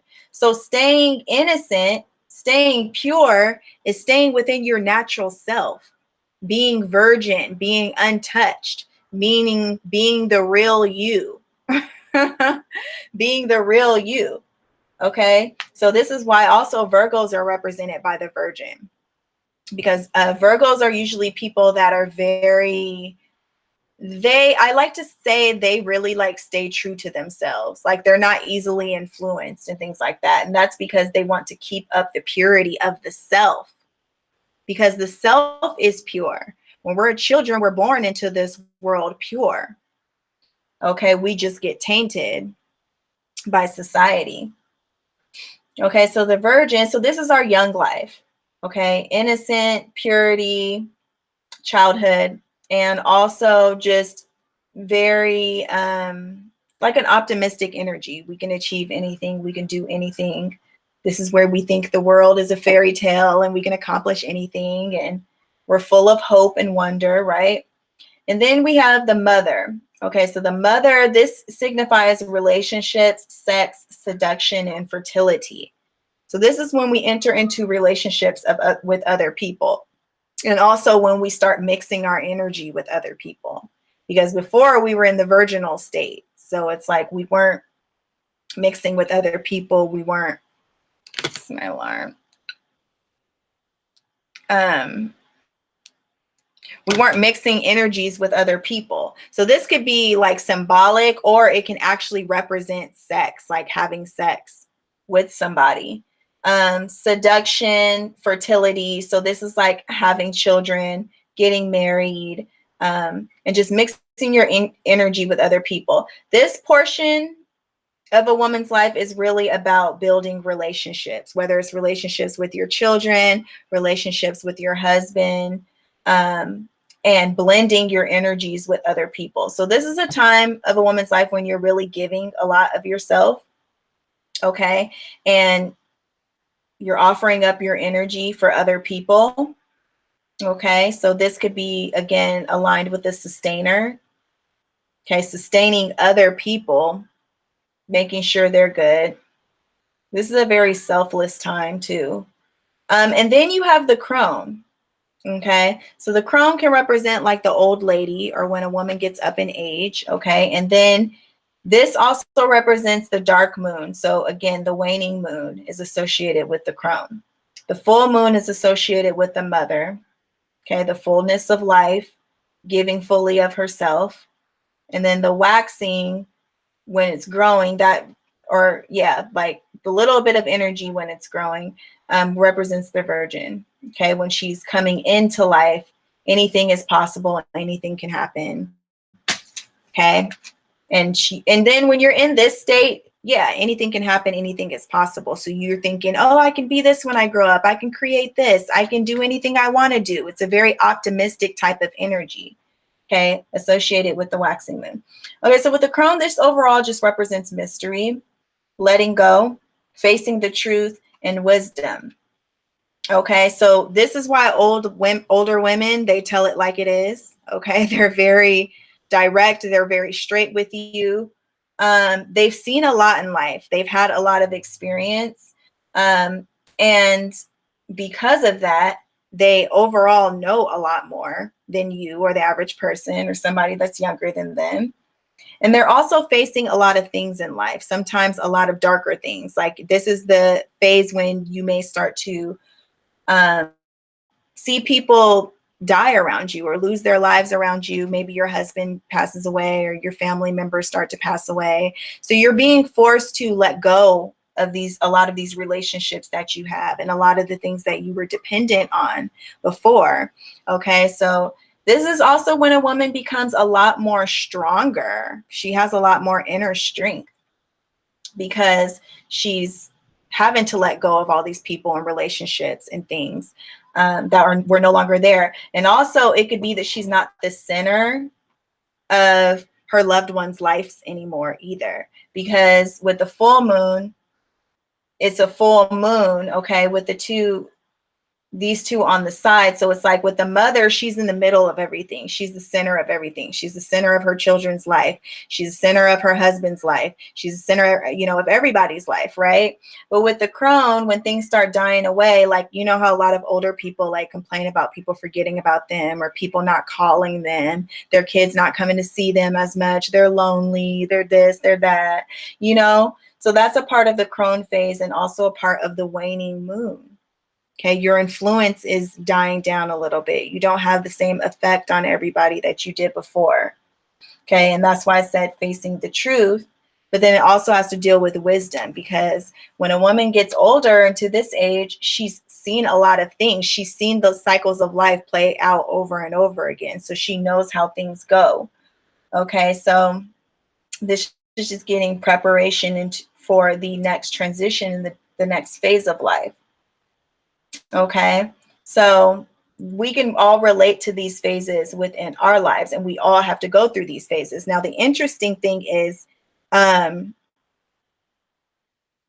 everything is honestly cycles within cycles. Like you may go through these different phases at different times. Like a lot of women may still be in their virginal state. Okay, the virginal state is when you're really just thinking about yourself. You're really me focused. Okay, that's your time that you have to yourself. You know, oh, when you're young, like go experience the world, go travel, go do stuff. You don't have no kids, you're not married, you know, go do this and that. So that would be that state when you're like really just out exploring life. Now, this phase can last, there's no time limit on that. And that's really what I want you guys to know, because this is what I have been lately, is that everybody's on different timelines. Okay, so this phase of your life may last a lot longer. You may not join forces with somebody else or have kids or things like certain time in your life, or you just may want to stay in this phase. Okay, if you do move on to, okay, this is dealing with your relationships, and this is like a rite of passage, because see, back in the feminine societies, there would be celebrations for each of these changes.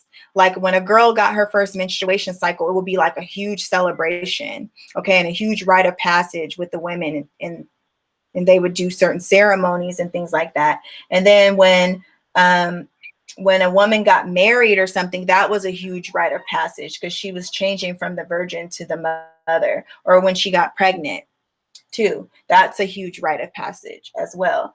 But she's transitioning to a different phase in her life. She's even transitioning archetypes at this time. Okay, she's becoming the mother energy. So this is a more mature energy. And this is dealing with, again, you having to share your energy with other people. It's no longer just about you and only you. You're giving a lot of yourself during this phase in your life. But this phase, the mother phase, also brings you a lot of fulfillment. Okay, so you're sharing energy with other people. And this is represented by the full moon, because during the full moon, the sun is opposite the moon. So that shows you relationship. Okay, relationship with others, connecting with others. Okay, and you learn about a lot of things through pregnancy. You learn about a lot of things through marriage too, sex, all of that.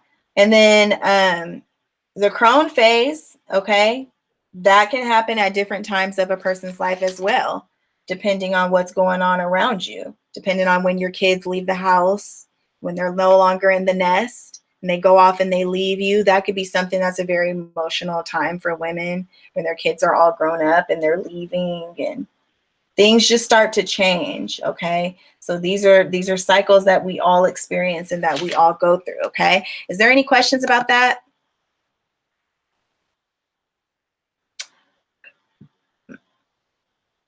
Oh, you bought everything. I know. I love this color combination, white, red, and black. I also like white, yellow, and black. The whole winter season, I've been unconsciously wearing white and black like every day. Yeah, I love white and black. I would show you guys my room right now. It's all white and black. My mom is Virgo, and that's her fave line. Just do you? Do you think they go in order per se? What do you mean, mother and crone?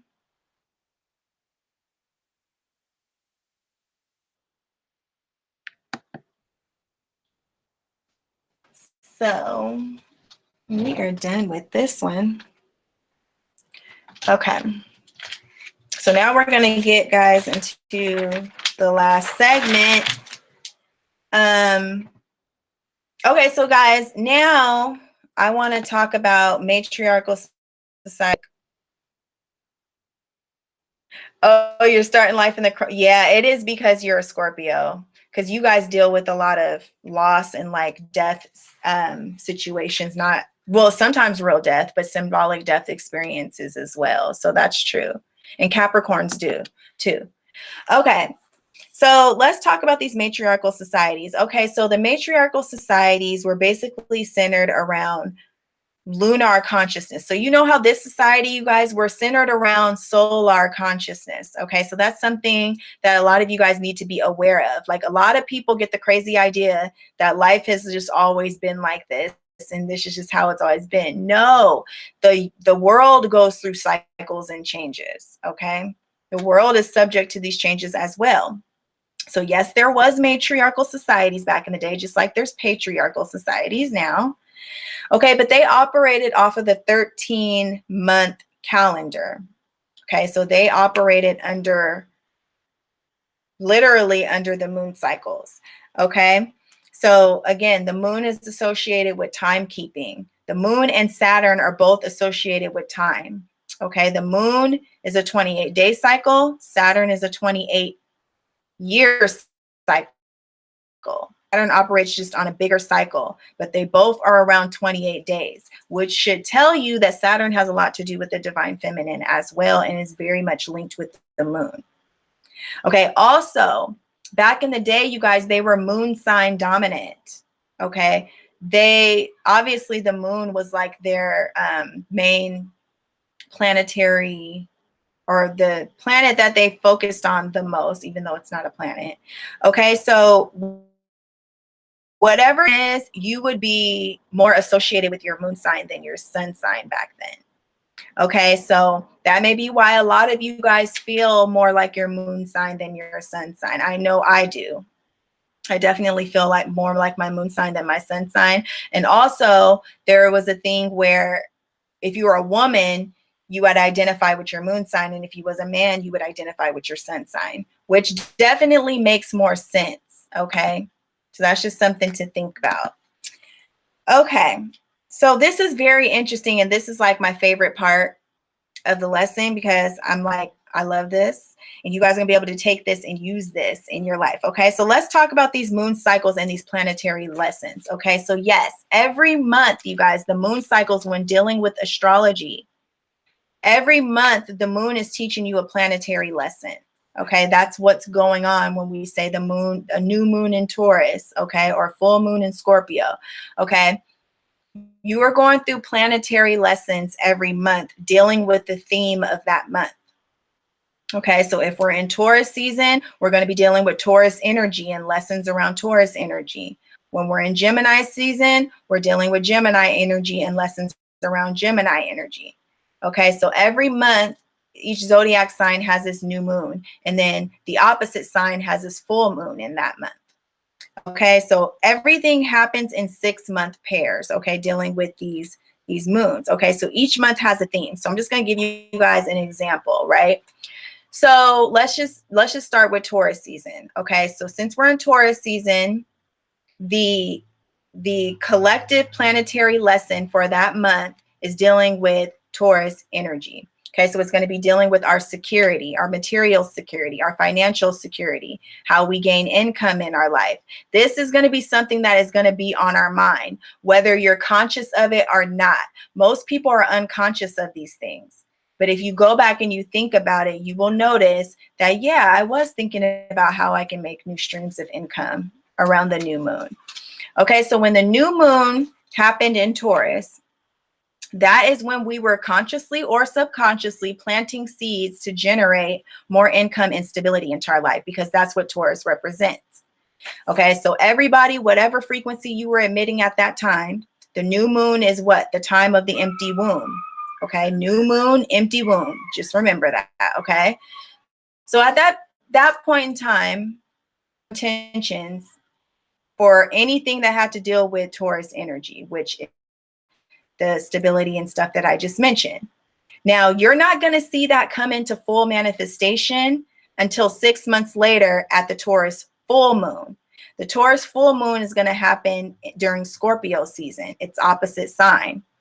Okay, so you put your intentions into the new moon, just let it go. Then 6 months later, during the Taurus full moon, you come into this huge realization that you've started earning all this new, you generated income, and now financially secure than you were before. But most of the time, we don't directly correlate that with the intentions we set back at the new moon 6 months earlier, because who's going to remember that? So most of the time, we just think, oh, I just manifest there. Or you just start to realize, like, I got more money in my bank account. I saved up a lot of money, you know, like I'm doing pretty good for myself. That's all because of the intentions that you set back during the Taurus new moon. Okay, so manifestation takes time. The moon is literally the agent of manifestation, of bringing things from the unseen at the new moon into the seen during the full moon. Okay, so let me give you guys another example. Let's say we're in Leo season, right? The Leo new moon pops around, right? And you just start thinking in your mind, like, you know what? I need to put myself out there more. Like, I feel like I need to be seen a little bit more. Like, I'm not expressing myself enough to the general public. I feel like, I want to work on some more creative endeavors. I haven't been working on my creativity lately. Okay. These are all themes that Leo rules. Leo rules our inner creativity. Leo rules, how we express ourselves, how confident we are. We may be feeling like I'm lacking on my confidence. Like let me put myself on social media more. Let me post about my life some more. Right. So you start thinking about these things either consciously or subconsciously around the new moon. So anything that you're thinking, you're implanting into the womb space. Right.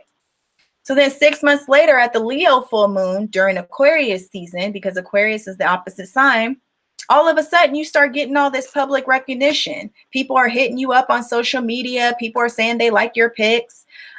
People are watching your videos on YouTube, and people are just starting to admire you a lot more. And you're seeing that your presence is growing and your popularity is growing. Okay. But you don't realize that this is due to the intentions that you set back at the Leo full moon. Okay. So this is directly dealing with planting seeds and seeing them grow later down the line. So that's why I always say you just plant the seeds and you let it go. You're going to see the results later. The results manifest months from now. Okay. But there's a direct correlation.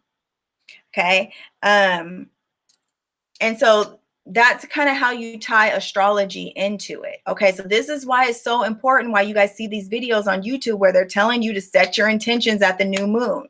It's real. Okay, just because it may not be instant manifestation, it's going to manifest later down the line, 6 months from now. And there you go. You have your manifestation. Okay, and a lot of the times it doesn't necessarily mean it's going to manifest at that exact 6 months. It may have been manifesting the whole time, but you come to realize it because the full moon is a time of realization. You start to realize that it's been manifested, and you take note and you take stock of what it is that you've manifested. Okay, so new moon is the time of planting seeds, and then you will see it. The moon energy is the energy of growth, you guys. It's what makes things grow. That's why you see the belly. You see a woman's belly go from completely flat to a big old bump, okay? That's growth, and it happens on a monthly cycle, okay? All right. So, but also I got to let you guys know, sometimes the manifestation or the planting of seeds isn't always positive. You can plant negative seeds, okay? And then you can see the negative manifestation of what you implanted as well 6 months from now. So be careful on what you're putting in there. That's why I say make sure you're only putting positive things, because a lot of you guys have been really unconscious. So it's been a new moon outside and you haven't even known that it's a new moon, and you're sitting around and you're pissed off that day, and you're just spitting a whole bunch of negative vibrations into the air, and boom, 6 months later, you got a problem on your hand. You got a crisis on your hand. Okay, so that's why you have to be very, very sensitive around that time, and you have to be aware. That's why it's important to be aware.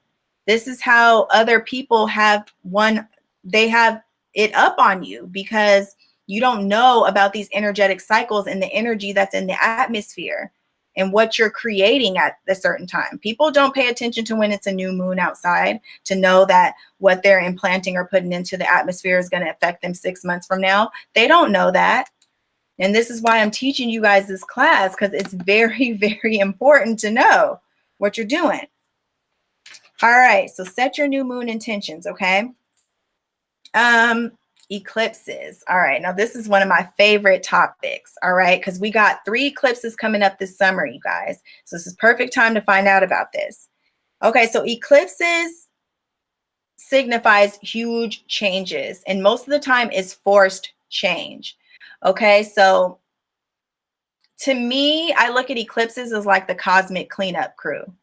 Okay, so whatever you haven't been transforming or transmuting in your life, okay, whatever you haven't been doing, like if the universe been trying to send you signals about what it is that you should be doing, certain people you should get out of your life, certain circumstances you shouldn't be in, and stuff like that, and you haven't been getting the memo, you haven't been getting the message, eclipse times is when it comes along and forces that change upon you. Now, the universe is always going to give you time to get it together, because the universe is not like that. It's not going to just make you do stuff. It's going to give you a lot of time to get it together. Okay. But eclipses comes around and takes out that old stale energy that needed to go. And you know that it needed to go, but you haven't been initiating the change to make it happen, or you've been missing the lesson or whatever. The eclipses is going to come along and push that out for you or make you realize something. Now, there's a difference between lunar and solar eclipse. Okay. So the lunar eclipse, I like to look at as forcing energy out of you. Okay. Pushing things out. Okay. So usually the lunar eclipse is about things that are so deep in your unconscious that either you're not aware of it, or you're either just not acknowledging it. That's causing a huge blockage within your life. And the eclipse is going to come and take that out. Okay. So a lunar eclipse is changing how you feel about things. And then the solar eclipse is changing how you see things. Okay. Because when we're dealing with the lunar eclipse, we're dealing with the emotions. Okay. It's dealing with the inner reality. Okay. So anything that's been holding you down on an emotional level, okay, any unconscious feelings, any emotional bonds, anything in the internal dimension or realm that you have been holding on to. Okay, a lunar eclipse is going to come, and if it's not meant for you or if it's bad for you, it's going to come and cut it off. It's just going to come and take it out. Okay, it's going to come abruptly and disattach you from energetic bonds that are no longer helping you, or anything that you're emotionally connected to that's not good for you or that's blocking you from your growth. Okay, so the lunar eclipse usually comes around and changes how you feel about things. Okay, because what it is an eclipse is basically coming and it's covering up. It's like, how do I explain it? It's coming and it's blocking certain awareness. Okay, so with the lunar eclipse is blocking your emotional awareness about something. Okay, so that's why I said it comes in, blocks it, and then takes it out. Okay, and then with the solar eclipse, it's changing the way that you see things. Okay, so the solar eclipse, obviously that's dealing with our consciousness, okay, and our awareness. Okay, so if there's something in your life that you're not seeing clearly, the solar eclipse is usually going to come and take something out of your way or put something in your vision for you to clearly see what's going on in your life, because it has to deal with what we are aware of or what we're not aware of. It could be either or. Okay, so this is why around eclipse season, there's always a lot of surprises and things coming up. With lunar eclipses, it's usually emotional stuff coming up because you're letting go of a lot of emotional energy and you're releasing a lot of pent up emotional energy that has been holding you down and holding you back, whether you're aware of it or not.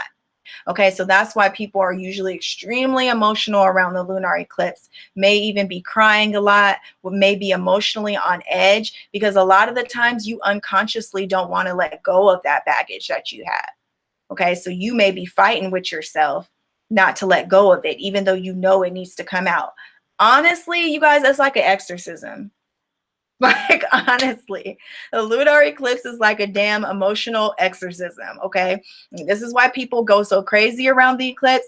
And this is why people are super over emotional and dramatic and just intense around the eclipse, because it's literally going deep within and pulling that shit up and taking it out. Okay. You don't no longer need that. But while it's coming up, it can be something that you're fighting against. It could be something that you're struggling with. Okay, and this is why the lunar eclipse is a very sensitive time on an emotional level.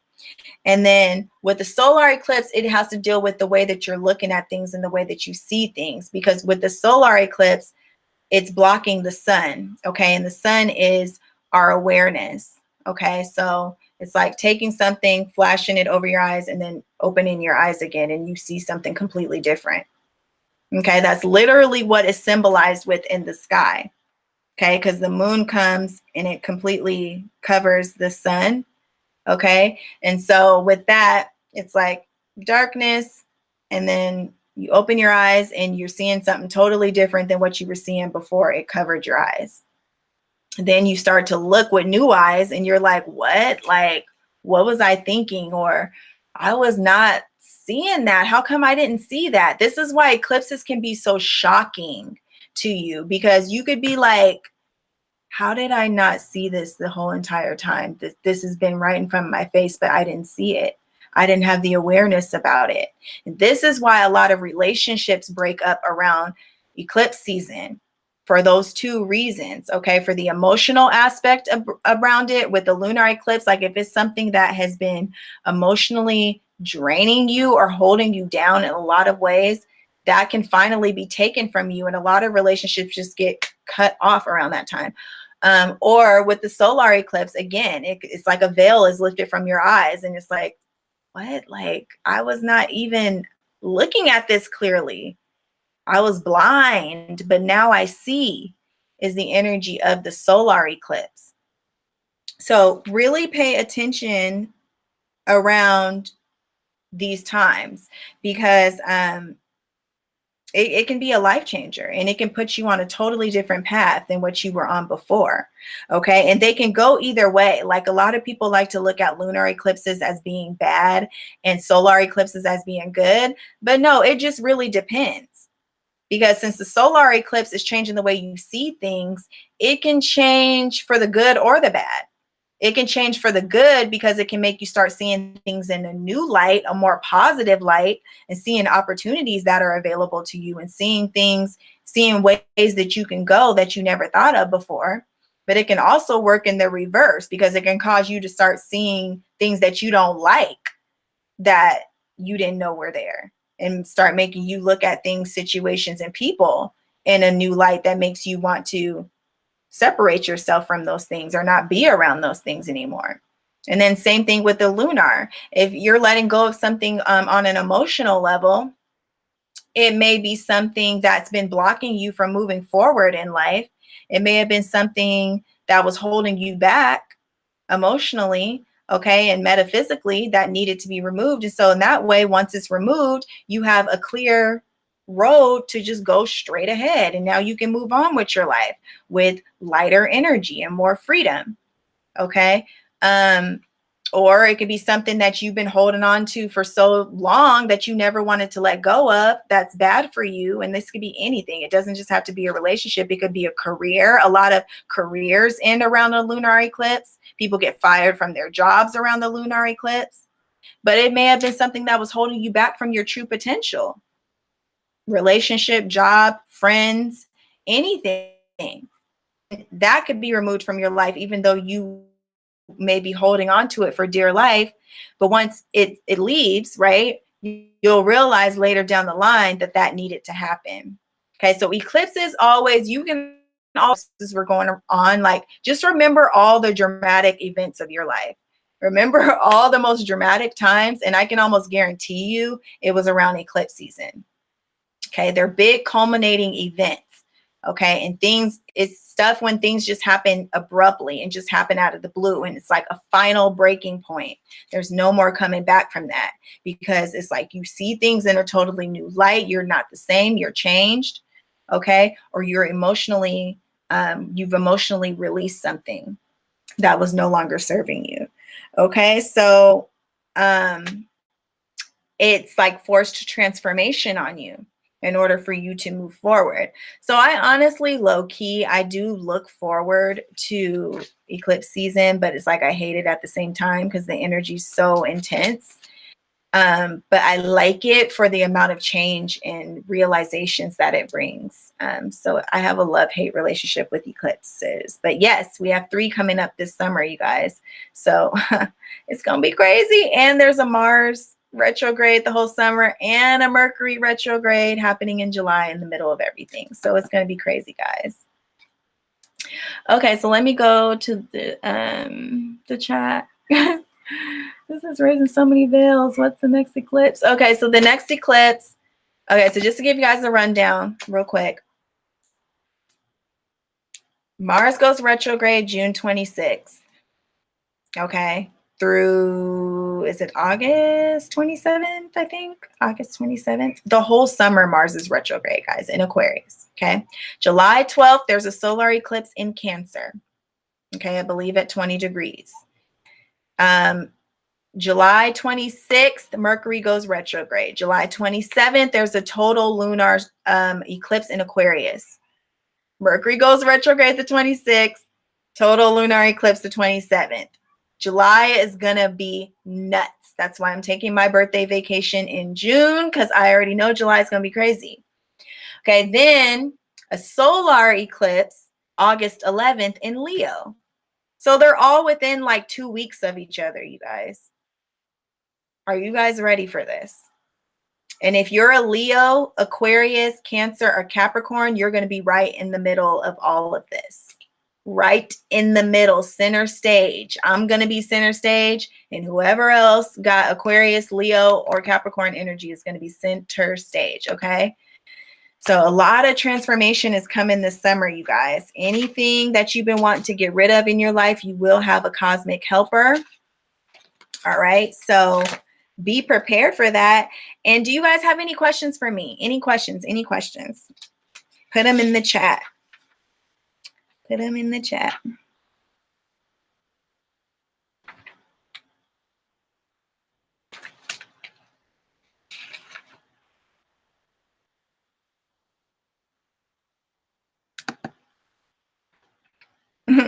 Cap rising, ready, set, go. Yep. So your personality is going to undergo some changes. You may feel a little bit strained in what it is that you're able to do or how you can express yourself, since the solar eclipse in Cancer is going to be opposing your ascendant. Okay. All right, guys. So do you guys have any more questions? Have you using emotional herbs during high energy cycles? That's what I do. Ooh, emotional herbs. What kind? Can you share what kind, ES? Because I needs to know. I need all the life hacks. Okay.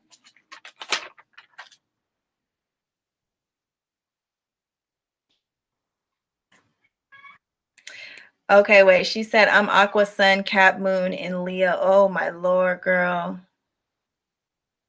Girl, you're going to be a completely different person. You will be because Mars is going to be retrograde in Aquarius too. And you got a total lunar eclipse, you guys. When the total lunar eclipse comes, when it's total, that means the ultimate intensity. You don't get any more intense than that. People's going to be breaking free, though. I feel like these are the eclipses of freedom, because Aquarius rules freedom. So we're going to be wanting our freedom. We're not going to be playing. But you're going to be transformed, boo, by the end of the summer. But you got lay low and take care of yourself this summer. Don't be doing nothing extra. People want extra energy from you. Don't give it to them. Take care of self first. That's what this class is about. Self-care, okay? Going within and going without. Okay, yes, you said lemon balm. Wait, 5-HTP, GABA, kava. I've heard of kava. Valerian root, I've heard of that. Holy basil. Okay, well, I'm going to look into it then. Yeah, that's what's up. I'm into all that stuff. Natural herbs, natural healing, all that. Yeah. So guys, I'm going to be I'll probably send more information to you guys, like an exit packet, like I did with my last class. I just got to get together the paperwork and stuff like that. But you guys will be able to watch this on my website, queensandthrones.com. Okay. And it'll be under the products and services tab. And it'll just say cycles of the divine feminine. So you guys can click that and watch that on my website, or you guys can come back here and watch it since you guys have the link. Okay. And if you guys don't have any more questions, I guess we'll go ahead and end. I'm glad I made good time today. But my next class, let me just tell you guys about my next class. My next class is going to be about Mythology 101. So I'm going to be talking about all of the spiritual myths in the world. So we're going to be talking about Isis, Osiris, and the Horus myth. We'll be talking about the Jesus Christ myth. We'll be talking about the Persephone myth, the Enyana myth from the Sumerian texts. Okay, and all these myths and what it means for human consciousness, because actually myths are just basically stories of human consciousness and what takes place in our lives on a daily basis. So the processes that we go through subjectively is what myth is and what mythology is. And I'm obsessed with mythology. Mythology has changed my life and changed the way that I look at life. So I will with you guys. So that's going to be my next class. And then I'm going to do goddess archetypes and rituals class as well. So that's going to be fun. We're going to be talking about all the major goddess archetypes and how to work with them and what rituals that you can do with them. Okay. So stay on the lookout for that, guys. You guys know I'll be posting more videos with the information. I love you guys, and hit me up if you have any questions. Other than that, I will see you guys on YouTube.